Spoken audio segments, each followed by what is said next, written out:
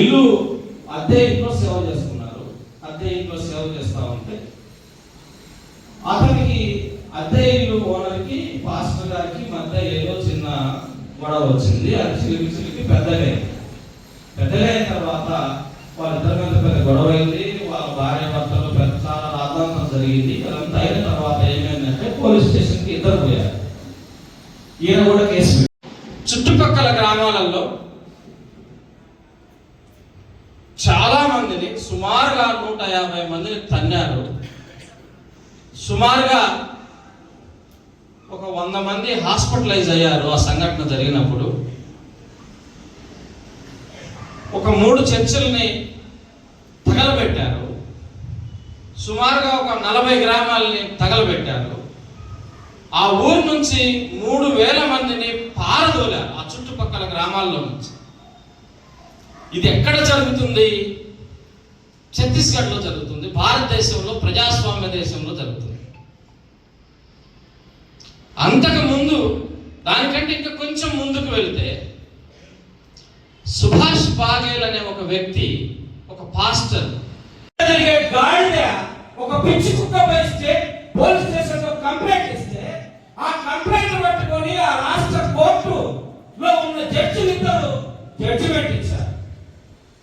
వీళ్ళిద్దరిని 2 ఏళ్ల పాటు జైల్లో పెట్టండి, వీళ్ళ మత మార్పిడికి పాల్పడ్డారు. ఇది చట్టమా?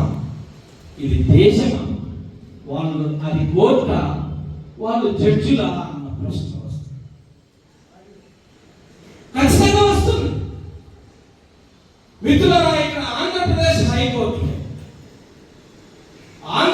హైకోర్టులో వాళ్ళిద్దరూ మత మార్పిడి చేస్తున్నారు. ఇది ఎక్కడికి వాళ్ళ? ఒక పోకిరి వాడు వెళ్ళి ఒక పాస్టర్ మత మార్పిడి చేశాడు అని అంటే దానికి ఒక పద్ధతి ఉంటుంది. నా దగ్గరికి వచ్చి ప్రార్థన చేసు, నన్ను కూర్చోబెట్టి వాక్యం చెప్పు, ఇదిగో నీకు డబ్బులు ఇస్తానో, నీకు బట్టలు ఇస్తానో, నీకు ఏదో చేస్తానో తీర్పు నువ్వెవరు వేయడానికి? నువ్వు ఉన్నది అక్కడ రాజ్యాంగాన్ని అమలు చేయడానికి, ఆర్టికల్ 21ని నువ్వు అమలు చేయడానికి, ఆర్టికల్ 21లో జీవించే హక్కులో భాగమైన సమాజ హక్కు కూడా, ఆ సమాజ హక్కును కూడా కాపాడడానికి నువ్వు సుప్రీంకోర్టు ధర్మాసనంలో కూర్చొని ఉన్నావు. ఆ విషయాన్ని నువ్వు పట్టించుకోకుండా మత్తును నువ్వు నెత్తికెక్కించుకొని నేను జడ్జిని అని చెప్పి నువ్వు జడ్జిమెంట్ ఇచ్చావు. ప్రియమైన మిత్రుల, మరొక సంఘటన కూడా జరిగింది. ఒక పాస్టర్ అమ్మ